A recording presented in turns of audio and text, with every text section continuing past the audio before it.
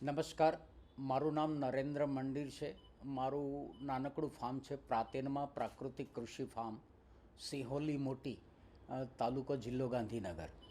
આજે આપણી વચ્ચે ગુજરાતનું પાટનગર ગાંધીનગરના કલેક્ટર શ્રી મેહુલભાઈ દવે સાહેબ ઉપસ્થિત છે અને ખૂબ પ્રાકૃતિક ખેતી કરતા ખેડૂતો માટે ખૂબ સારું કામ કરી રહ્યા છે. ત્યારે ખેડૂત તરીકે મને સાહેબ આપને એક પૂછવાનું મન થાય છે કે આજે વિકાસ સપ્તાહ નિમિત્તે પ્રાકૃતિક ખેતીને આપ કઈ રીતે સાંકળશો? હા, હું ચોક્કસ આપને કહું કે હું ફરીવાર વારંવાર ગામડામાં પણ વાત કરું છું, જ્યાં મને લોકો વચ્ચે જવાનો અવસર મળે છે ત્યાં, કે આપણે ભાગ્યશાળી છીએ કે આજથી 24 વર્ષ પહેલાં આપણા અત્યારના માનનીય અને મનનીય પ્રધાનમંત્રી શ્રી નરેન્દ્રભાઈ મોદી સાહેબે મુખ્યમંત્રી તરીકે, ગુજરાતના મુખ્યમંત્રી તરીકે શપથ લીધા અને ત્યારથી ગુજરાતને તમામ પાસાને, પછી એ કૃષિ હોય, એ ગરીબ લોકોને સ્પર્શતો પ્રશ્ન હોય, એ આરોગ્યનો પ્રશ્ન હોય કે ઇન્ડસ્ટ્રીનો પ્રશ્ન હોય, તમામ પ્રકારે બહુમુખ વિકાસ થાય ગુજરાતનો, વર્સેટાઇલ પ્રોગ્રેસિવનેસ, એ સાહેબનો મંત્ર હતો કે તમામનો વિકાસ, સૌનો સાથ, સૌનો વિકાસ, સૌનો પ્રયાસ, સૌનો વિશ્વાસ. આ જે ભાવ સાથે સાહેબે એક અભિયાન ચાલુ કર્યું.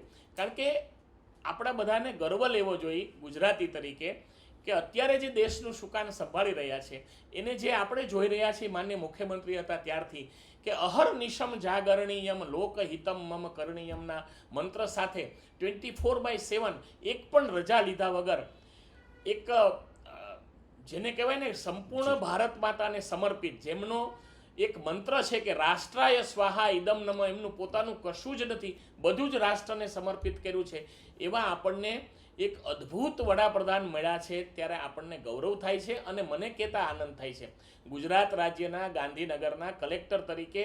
અને હું 1996થી સરકારમાં અધિકારી તરીકે કામ કરું છું કે એમના નેતૃત્વમાં જે વિકાસ થયો છે અને એમના નેતૃત્વમાં અમને જે કામ કરવાની દિશા મળી છે, ન ભૂતો ન ભવિષ્યથી અદ્ભુત કામ થયું છે.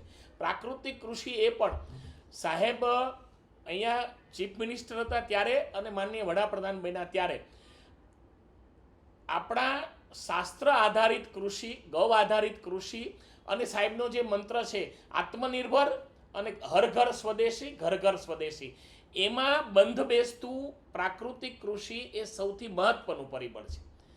આપણે ગાય માતાના ગોબરમાંથી 30 વીઘા એક ગાયથી તમે ખેતી કરી શકો, જેમાં મિનિમમ ખર્ચો ભાગ્યે 1,500 થી 2,000 રૂપિયા એક વીઘાનો ખર્ચ થાય અને તમને ઉપજ મળે લગભગ 3, 4, 5 ગણી.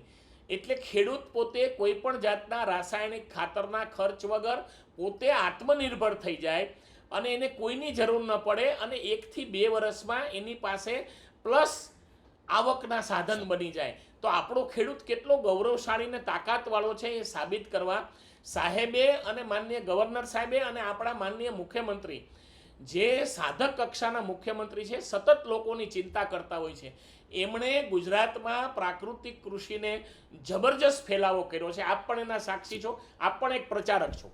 તો હું સ્પષ્ટપણે કહીશ કે હું પોતે પ્રેરણા પ્રવાસ કરું છું. મેં ઓછામાં ઓછા 20 પ્રવાસ કર્યા. ગામના ખેડૂતો વચ્ચે બેસું છું, આજુબાજુના ક્લસ્ટરના ખેડૂતોને બોલાવું છું, 200, 150 ખેડૂતો સાથે બેસી આ ચર્ચા કરીએ છીએ. અને આજે મને કહેતા આનંદ થાય છે કે ગાંધીનગર જિલ્લામાં તાલુકે તાલુકે, ગામડે ગામડે ઓછામાં ઓછા દરેક ખેડૂત 1 થી 2 વીઘામાં કરતો થઈ ગયો છે. અમુક તો આખા મોડલ ફોર્મ કરે છે.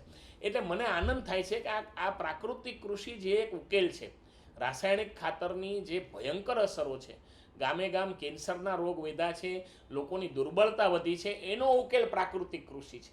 અને સાચું જીવન એ જ છે કે જે આપણને જમીન સાથે, દેશ સાથે, પ્રકૃતિ સાથે, સમાજ સાથે ને કુટુંબ સાથે જોડે, એનું આ પાયાનું કામ છે. ખૂબ સરસ સાહેબ, આપે પ્રાકૃતિક ખેતીના સંપૂર્ણ તમામ પાસાઓને વિકાસ સપ્તાહમાં ખૂબ સારી રીતે બધી રીતે સાંકળી પણ એ લીધા છે. સ્વાભાવિક લેવું જોઈએ, જી, લોકો સુધી આ વાત પહોંચવી જી, જોઈએ. એટલે આપના માધ્યમથી હવે એક છેલ્લો એક પ્રશ્ન આપને કહીશ કે આ ખેડૂતો પ્રાકૃતિક ખેતી કરે તો એને વેચાણ વ્યવસ્થા માટે હા, શું? બહુ સુંદર પ્રશ્ન આપે કર્યો.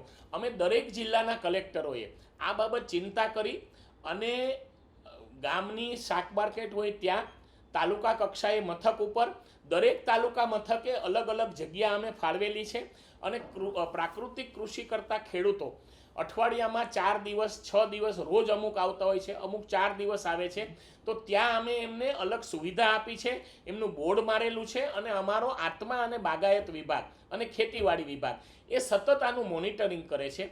અમે આને ક્લસ્ટર સુધી લઈ ગયા છીએ, હજી અમે ગામે ગામ લઈ જઈશું, પરંતુ ગાંધીનગર શહેરમાં આ 4 કેન્દ્ર છે, કલોલમાં છે, માણસામાં છે, દેગામમાં છે, એટલે અમે તાલુકા કક્ષાએ તો આના મોટા કેન્દ્ર શરૂ કરી દીધા છે. હવે અમે 5-7 તાલુકાનું મોટું ગામડાનું મોટું સેન્ટર હોય એ ક્લસ્ટર બનાવીને પણ કરવા જઈ રહ્યા છીએ. ખૂબ ખૂબ સરસ. આભાર મેહુલભાઈ દવે સાહેબ આપનો કે આપે પ્રાકૃતિક કૃષિ માટે ખેડૂતોને સામાન્ય ખેડૂતથી માંડીને વેચાણ વ્યવસ્થા સુધી ખૂબ સારું આયોજન કરી છે અને એનો હું પ્રથમ સાક્ષી પણ રહ્યો છું અને ગ્રાસરૂટ લેવલ ઉપર ખેડૂતો સાથે ખૂબ સારો આપનો સંવાદ રહ્યો છે. આપનો ખૂબ આભાર સાહેબ. Thank you.